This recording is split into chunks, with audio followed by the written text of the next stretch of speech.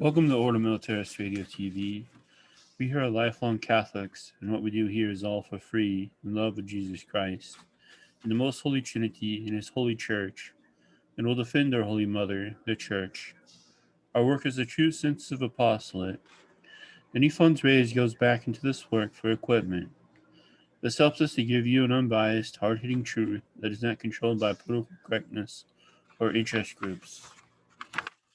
Today is our weekly program on terrorism in the world, and we're going to give you some more updates from the war in Armenia, war against Armenia in Artsakh. As you all know, Artsakh in Armenia was betrayed by their leaders and handed over to the enemy. Yesterday, many Armenians do not want to leave their homes, give it over to the Azerbaijanis.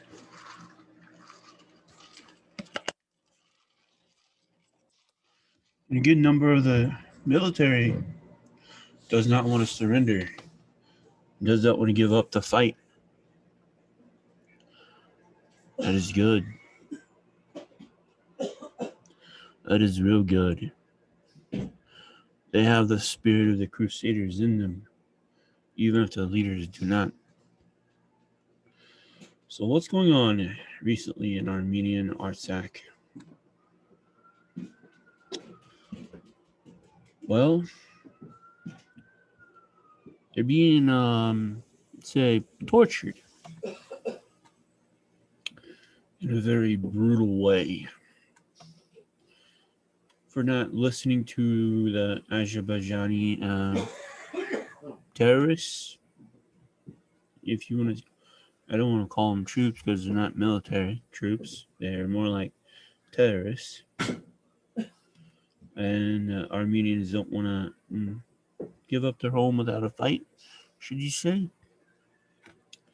But those who don't have the weapons to defend themselves are having their ears cut off for not listening.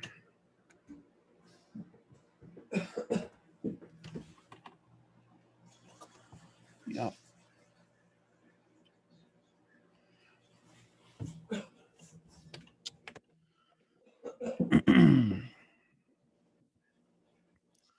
They said it was going to be a peaceful transfer of territory over for, Russian peacekeepers go there, blah, blah, blah, blah, blah, blah. Oh, it's supposed to be all just peaceful, nice, and peaceful. This ain't peaceful, folks. This is demonic, satanic, barbaric actions of the Azerbaijani militants.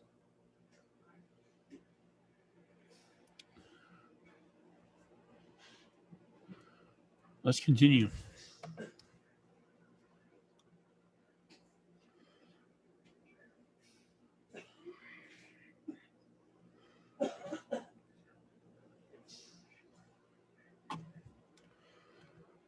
So, again, another Azerbaijani militant terrorist gets on top of a desecrated church they desecrated when they took a town and occupied Artsakh, climbed on top of the bell tower and screamed their phrase they say before they commit a terrorist attack.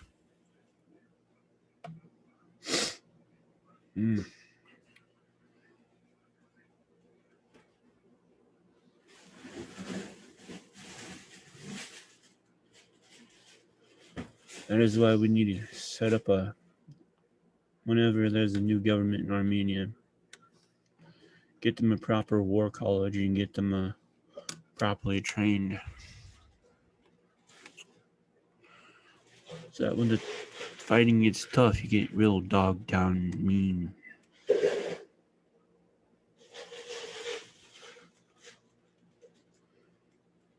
when they try to start to do this type of stuff, try to say, "Oh, we've conquered this church." You have your snipers in place still. Make sure that doesn't happen. That's what should have been done. But of course, the leadership of the Artsakh in Armenia gave up. So let's continue. Oh, you want to know how corrupt this current form of government is in Armenia and Artsakh? Yeah. You know those guys you're supposed to be fighting and killing and saving Armenia from? It's kind of hard to do when you sell them military equipment. Mm-hmm. Mm-hmm. The people you're supposed to defend your country from, your government sells them military equipment. Yeah, let me show you that tweet. Let me show you that tweet. Turn the share screen on, and there you have it, folks. From our news reporter on the ground, 301 AD in Armenia. The little bitty tweet right here, where I got my finger pointing. On the other hand, it seems that some documents got leaked from the Armenian Ministry of Defense with the intention of accusing Minister of Defense David Toyan, his deputy Makar Gambarian, and infamous arms dealer David Galston of selling weapons to the Syrian Turkish-backed rebels.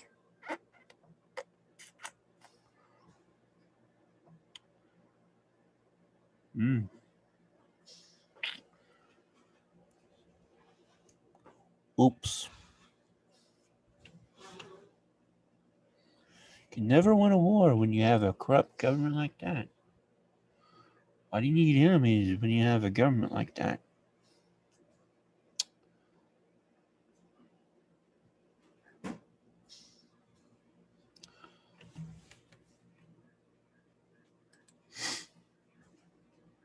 Now let's continue.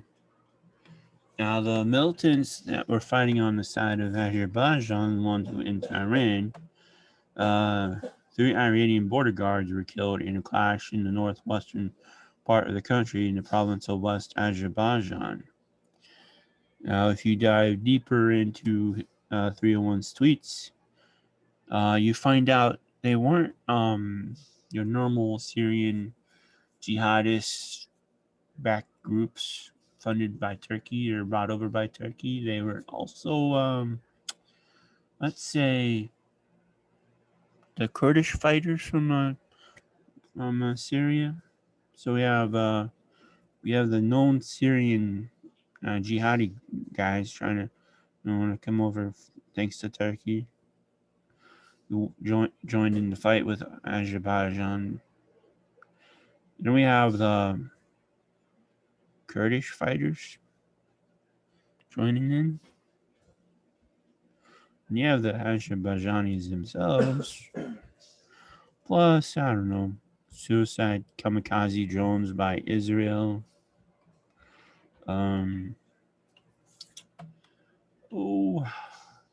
Engines from Austria. Cameras from Canada. A little bit of this and that of the drone came from all over the world. Mostly NATO countries, of course. But NATO says, oh, there's no need to get upset at us. NATO's not involved in this fight. But it's NATO countries supplying the armaments to Azerbaijan. So how is that not NATO's problem?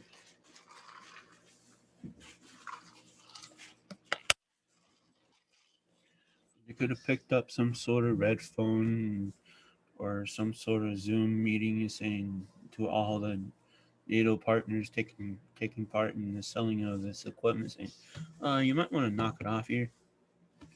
You're breaking your NATO treaty here. You're supposed to, not do this type of thing."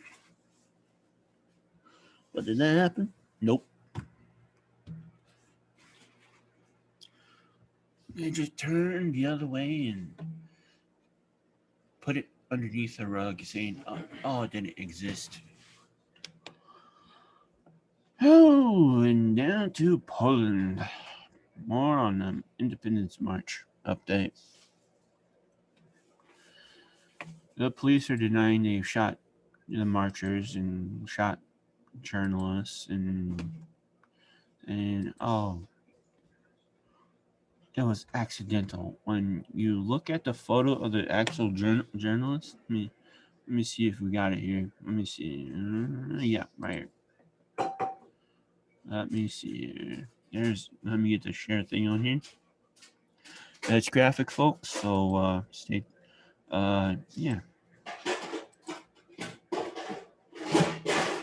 As you can see, it was not by accident where the placement of the round was, because it was darn near on center, a little bit, depending how either left or right of the nose, but darn near center point shot to the face by the Warsaw police. They say they shot a journalist by accident. Right. Let's look at the other photo, shall we? There's another one of what does Robert say? This is from 4 days ago. Recorded videos and photos from yesterday's aggression by the police against the participants of the Independence March, and journals should be sent to us at his email address he gives down below. This photo is of another person's wound. Got what type of police used there, but it did not go all the way through the hand. What do you get for a left-wing city of Warsaw by left-wing communist mayor? It allows, the baby killer marches to happen without anything to go on. But, when it's a Catholic patriots who want to celebrate their independence of 1919, they'll shoot the people. Accidental shooting my butt.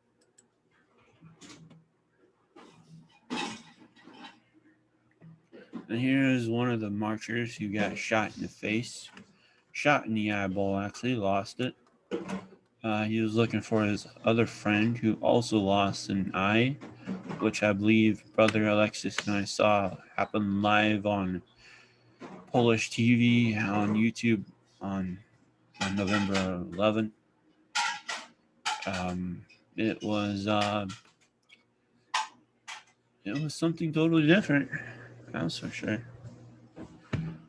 Amount of blood that was on the ground and on his shoes and everywhere. And I am impressed that no one from the Warsaw police or the state police of Poland has not yet been fired for this.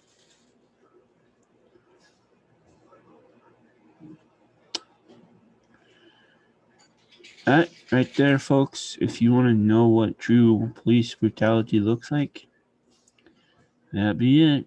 Not what they're screaming about here in the States, because, well, we show pretty darn good leniency.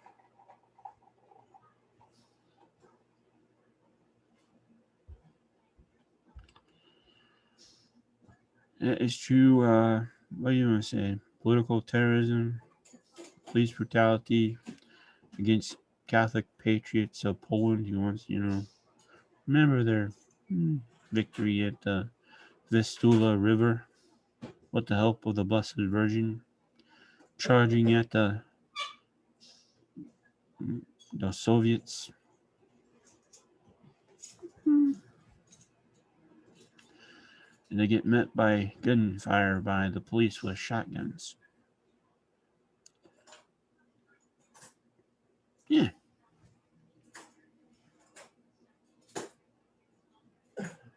So as long as Robert Backwitz and his team still reports on it, we'll continue to report on it because, well, these old school Polish communist police tactics need to end because, well, Poland is no longer under communist rule, and the Iron Curtain should be.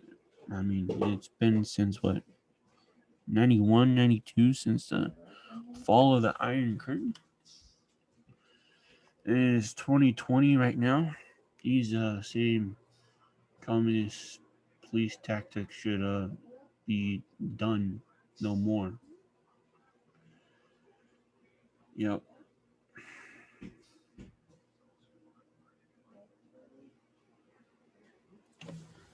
You want to close the share screen here.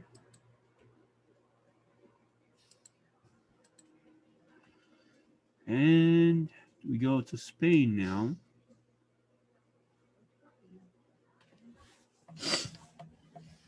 Spanish police has arrested a woman in Valencia who planned to travel to Syria to join ISIS. She wanted to become a martyr and was going to marry a jihadist terrorist based in Idlib. Good job, guys, in Spain. Wasn't it Greg Kelly off of Newsmax saying he hasn't heard of ISIS in like, what, 4 years? Where's he been hiding?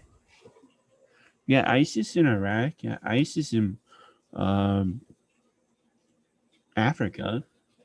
Got ISIS in Spain. You got ISIS taking credit for the attack in Vienna. I mean, they're still out there, folks.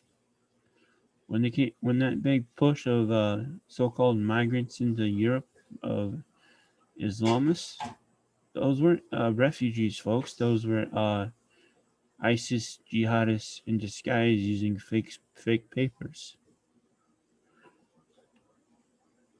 or stolen papers off the actual people who are supposed to be on those boats getting over there to safety. Well, you have heard of ISIS.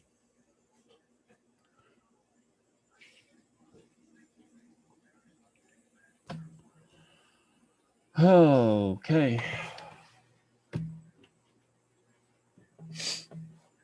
I'm thinking we are missing a story here. Let me check. Hold on real quick. I think we missed something. Should have been a story about, was it 50 or 500 people got slaughtered on a soccer field? Let me check. And in I think Nigeria. Let me see if I can find that story real quick. I might have to go search for it because you know Twitter, they'll hide it from you.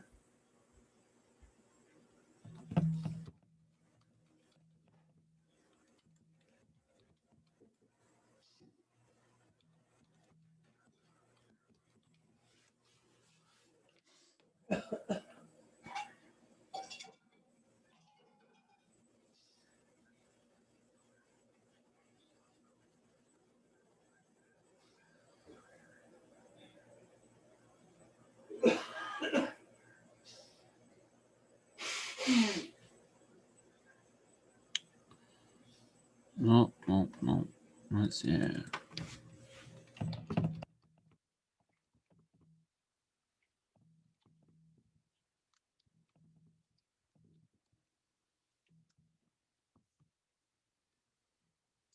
Yeah, here we go. This is from November 11th, 2020, from the Western Journal. And Mozambique, again, the Islamic State Daesh, IS, whatever you want to call these demons in disguise. Terrorists linked to the Islamic State terror group beheaded over 50 people in Mozambique during the weekend killing spree in which they reportedly turned a soccer field into an execution ground. Mozambique Police Commander General Bernardo Rafael said terrorists attacked several villages, killed civilians, abducted women and children, and burned down homes, according to Al Jazeera. They burned the houses, then went after the population had fled to the woods and started with their macabre actions, said Raphael. In the village of Muatil, where more than 50 people were beheaded, terrorists led residents to a soccer field, then killed and dismembered them, local media reported. The militants turned a football pitch into an execution ground, the BBC reported, citing local reports where they decapitated and chopped bodies. Several other people were also decapitated in a separate attack on a nearby village, according to the outlet. The extremists chanted Allahu Akbar during the Friday night raid on Nanjabab village. Survivors told the Mozambique news agency. The beheadings are the latest in series of attacks carried out by the militants in Cabo Delgado province since 2017. About 2,000 people have been killed and 430,000 have been left homeless during the conflict. The militants call themselves Al-Shabaab and last year pledged allegiance to the Islamic State group, according to the New York Post. The Islamic militants reportedly want to establish a new caliphate in southern Africa, the Times in London reported. Some analysis told Al Jazeera that poverty, not jihad, could be driving force behind these attacks. What a lying piece of dog maneuver.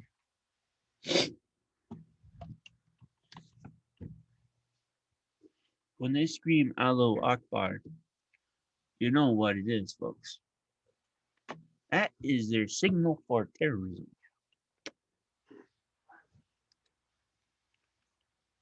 Yep.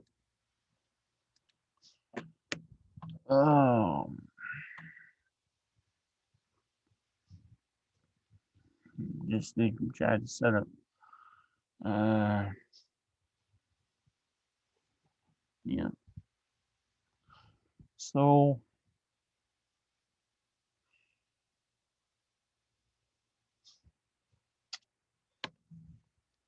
that also was reported on November 11th. Let's see here.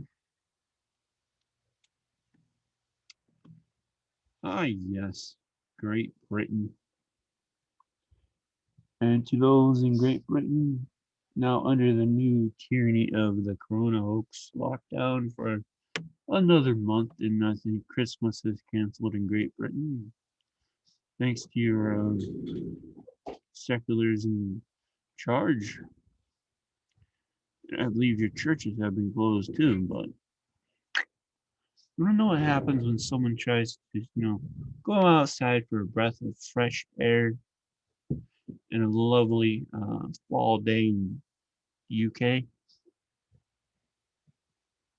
Let me turn the share thing back on and see if I can show you this video.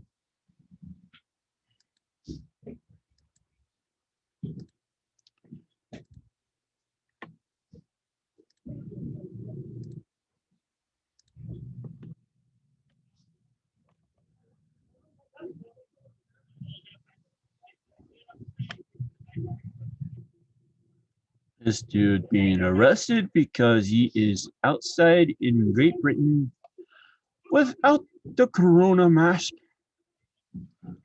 and breathing fresh air.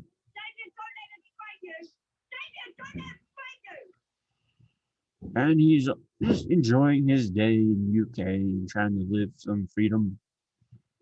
It's about this time when William Wallace would ride in and save the day, but it's been a few thousand years since William Wallace.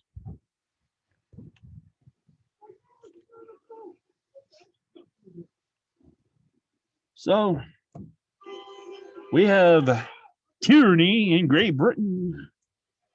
Who'd have thought? This is what the Democrat communists in America and the crazy rhinos want. In America, they'll lock down in tyranny and communism and all this pizzazz that you see here on this video.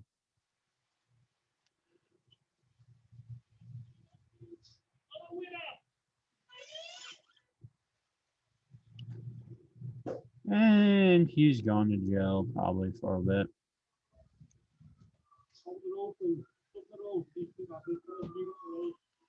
And they don't like the truth being reported about why they are arresting him because, well, he's a defier against the corona hoax. He believes in freedom.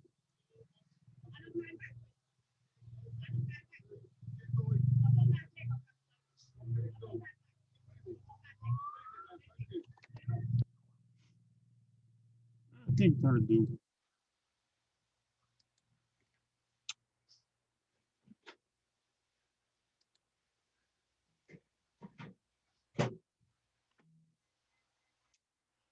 Yep.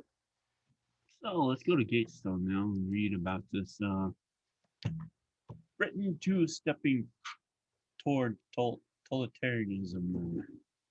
This is from yesterday by Andrew Ash. Let me wet my whistle here and begin the reading.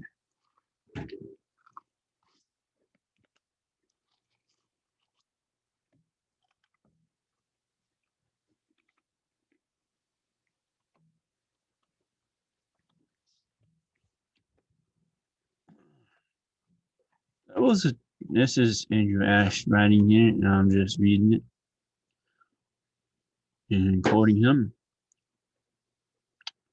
There was a time when the British were known for stoicism, their ability to battle through hardships no matter the odds. The so-called Blitz spirit of 80 years ago that saw the nation pull together and carry on, regardless of the Nazi bombardment of our cities, characterized a generation that had suffered 2 world wars yet could not be bowed. During the COVID pandemic, however, this Blitz spirit has been noticeably absent. There has been certainly very little in the way of a nation pulling together. In its place, there has been just a lot of bickering, mudslinging, name calling among politicians, activists, and the increasingly fragmented populace. Predictably, COVID 19 was quickly turned into a divisive political issue by many in the oppositional media, as the assertion now that anyone against face coverings, vaccines, or testing is assumed to be on the extreme right, while those obeying the safety rules are on the left. It is simplistic as it is loopy. One might have imagined that a deadly pandemic would act as a great uniter, finally bringing an end to the squabbling that has characterized UK and US politics for the last few years. Instead, we have more baked in identity politicking, making an already turbulent time more turbulent than ever. Some malcontents have taken their vitriol to new levels of malice, publicly hoping, for instance, that British Prime Minister Boris Johnson would not recover from the coronavirus. No pulling together here, there, no blood spirit, no compassion, just bitterness, feuding, and ever deepening separation. Yeah.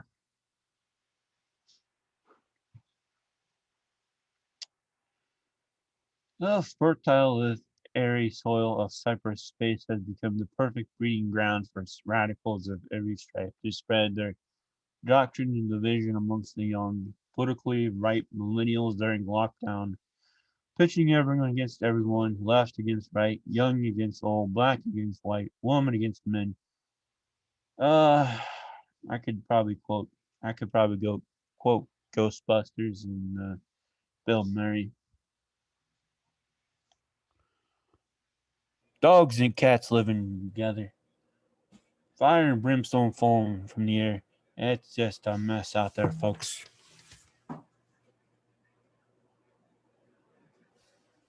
but he doesn't quote Ghostbusters here. It could have been a good segue to it.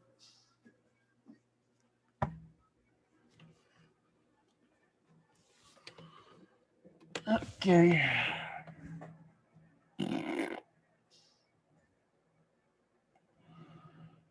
Oh, criminal. He goes on. It has become an almost daily occurrence to find news stories of parents being called out by their newly politicized children for expressing on social media wrong, unwoke views, or of people being fired for something they may or may not have said years ago. Why does this sound familiar? Remember in what was it, World War II, Nazi Germany? Uh,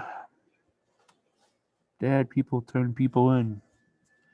Most likely got killed. Thankfully, we're not there yet. But 2020 is not yet over. And they say history does not repeat itself. We got police acting like Stasi's secret police, then shutting people down, churches down, businesses down. Got this going on. Well, let's go on with this report.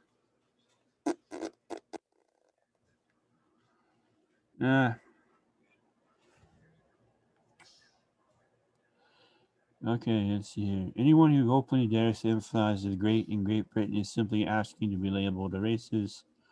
For those naive enough to believe in basic biology that the anatomy of a woman and men are different, the gulag awaits you. If you dare to utter unthinkable that all lives matter, prepare to leave town.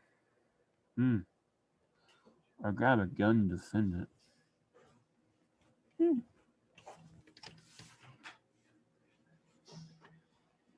Yep.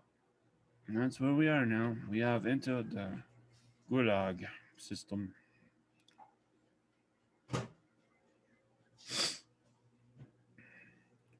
And Hitler was right. The Third Reich would not go away, but would come back as a religion. And all his policies and everything shall return. Well, there you go, folks.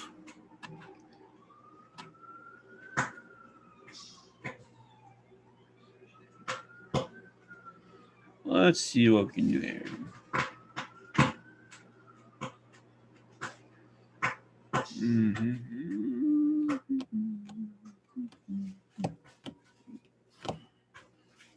Yeah, you can read the rest of it. It's linked in the show page.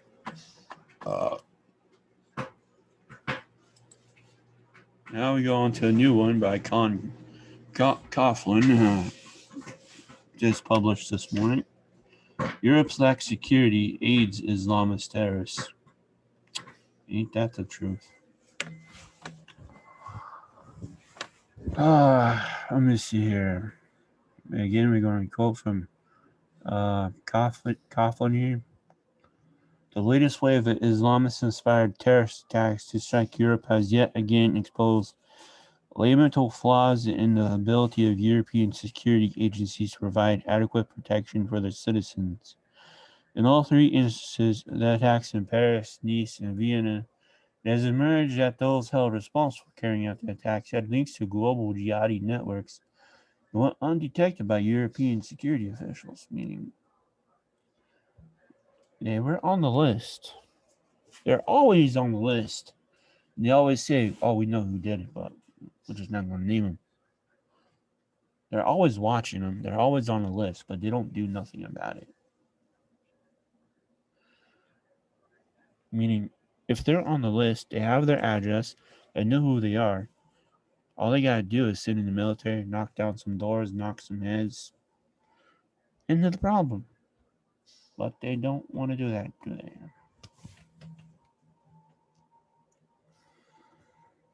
Oh, God bless America for our way of doing things.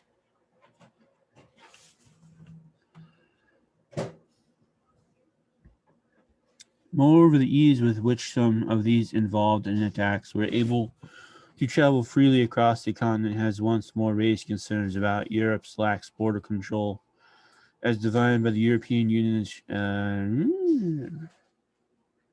Schengen Agreement and the ability of radicalized jihadis to exploit them. Over there in Europe, once you're inside mainland Europe on European Union soil, you pretty much have free reign to go anywhere you want. There is no border control. There is no border checks. You don't even have to show your papers unless you're going to church. Then you got to show your papers. Kind of weird. Yep. Help us, please. Ay, ay, ay. The most recent attack in the Austrian capital of Vienna on November 2nd, it transpires that the 20-year-old gunman who killed 4 people and wounded 22 others before he was himself shot dead by police had traveled to neighboring Slovakia in July to buy ammunition. This was after the terrorists responsible for the atrocity, Kutiman Fejlali, had been released earlier from prison in December after serving two-thirds of a 22-month term for trying to join ISIS in Syria.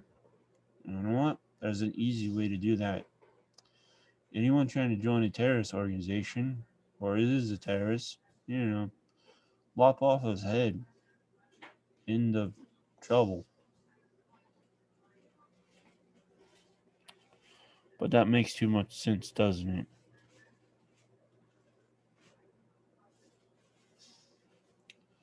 That way you take care of the terrorists, those wanting to become terrorists, and that you don't put them in, public housing where they also recruit and convert all the other people inside the prison become jihadis one day when they get released, which they have a lot of inside the prisons thanks to this broken, horrible European Union prison system.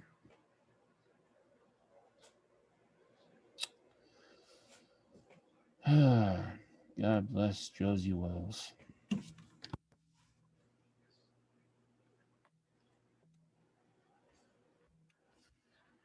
And while the Austrian Interior Ministry still contends that the government acted alone, there are suspicions that he may have been in contact with extremists in other parts of Austria and neighboring Switzerland, even though the shooter was on the watch list by Austria's BVT counterterrorism agency. This did not prevent him from traveling to Slovakia to purchase ammunition.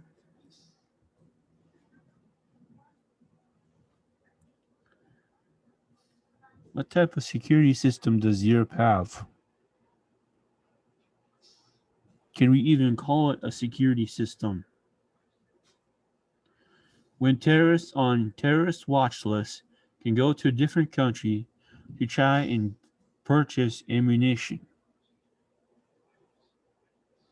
or can go to a different European country and get ammunition to do their dirty deed.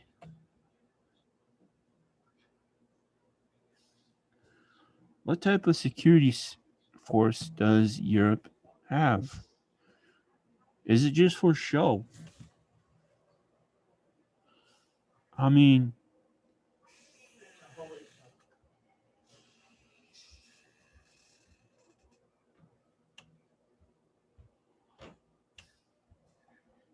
what?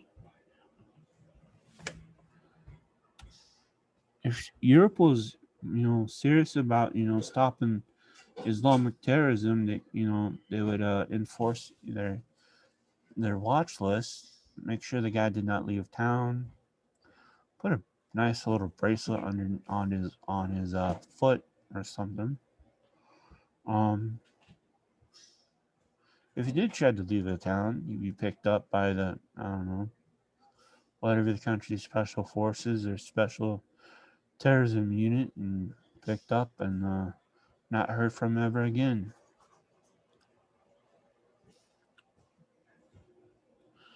Then we have the folks who. Then we have the guy who killed people in Nice, France. Similar questions about the effectiveness of Europe's security forces have been raised by the attack in Nice, France, where it now transpires that the terrorist suspected of carrying out the murders had been arrived by train from Italy, which he had reached from Tunisia after being picked up by a humanitarian organization in the Mediterranean.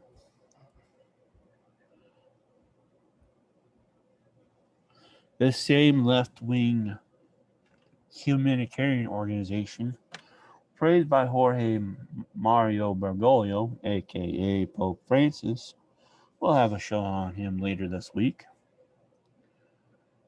exposing him for what he truly is.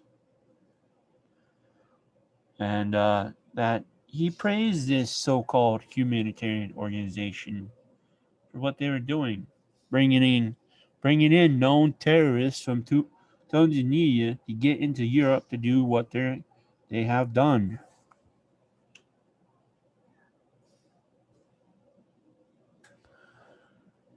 I mean, I get it. The European Union does not like Europe's Christian identity, its heritage, and wants to transform it into its evil utopia self created by these terrorist attacks. And want to cause so much fear that the people turn actually towards the government asking for more help instead of lessening the burden on themselves by saying no more to this big government monopoly thing that does not work, that does not protect us.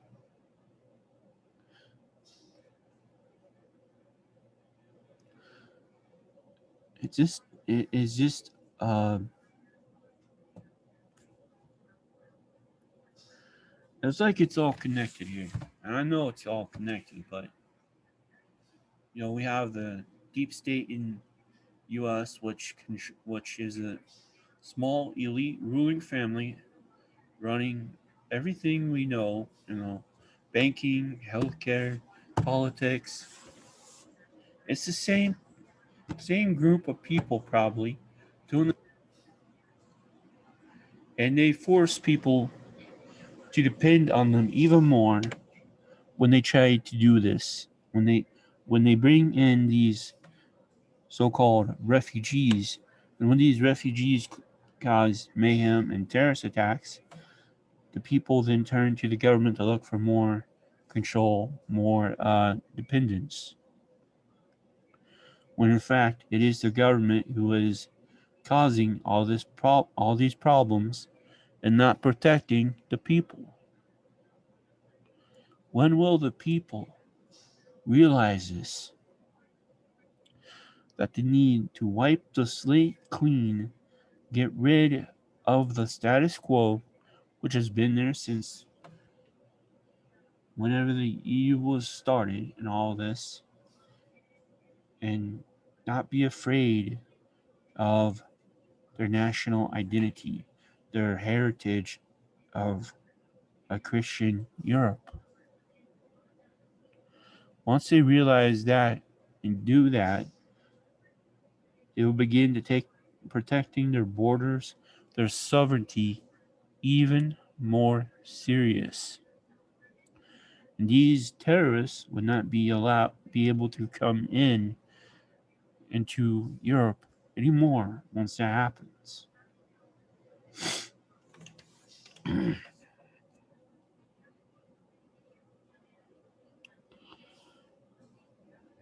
So I'll link this report in the show page, and I ask you to read it and also share it. If you have any other news about the lockdown controls in UK on people getting arrested, let me know by Twitter. Um, get my Twitter doohickey up here. I'm at A Ballman3, or you can just go to our radio show page, leave a comment there, and yeah. And please like and share this show on YouTube, BitChute, and please like and share this program as well on Mixcloud. And please get the listening numbers up there. We were rivaling the paid users who do their whatever shows they do. Uh, our numbers on Mixcloud has gone down greatly. Our last few programs only have one listen. Only one listen. Come on, guys.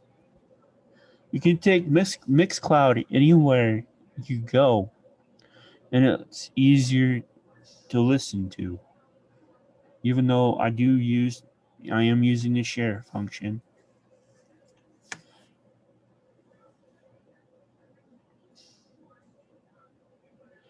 But I try to describe what I'm seeing to you, well, in a way that you can know what you're supposed to be looking at.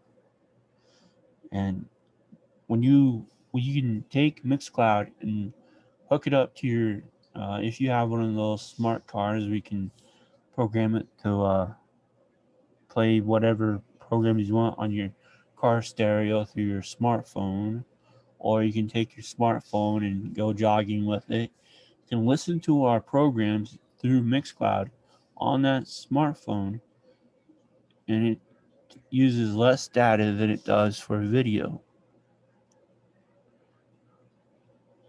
And you can play all the programs we have done on Mixcloud by just pressing one play button, and all the programs will play one after the other. And that way, you won't have to switch to a different one. Once that one program's done, it'll change for you, and then there you go. So if you like to jog, do errands, if you can get out and you're not locked down, uh, and you like to listen to podcasts on your phone or in your car, tune up, find Mixcloud, go to AJ Ballman, which is Ordo Militaris Radio. Yeah, it's Ordo Militaris Radio TV, and you can listen to all of our programs, 150 programs we have done. So please do that. Please listen to the programs on Mixcloud. Please share them. I put the links to the Mixcloud programs in the comment section on our BitChute and YouTube page. So you can find them. You can go there, listen to the programs. Please listen to the programs, and please share the videos. Okay? Thank you all in advance, and those who have been supporting Ordo Militaris Radio TV now through the mail by sending a check to Ordo Militaris Inc. Thank you, thank you, thank you. Our new headphone microphone set should be here either today or tomorrow, and I am looking forward to showing it off and using it for you. And thank you again to our benefactors, and to donate, you can go to ordo-militaris.us. Go to the contact page. There you will see the mailing address. To do a donation, you address the check to Ordo Militaris Inc. And in the memo section, you put Ordo Militaris Radio TV, your amount, whatever.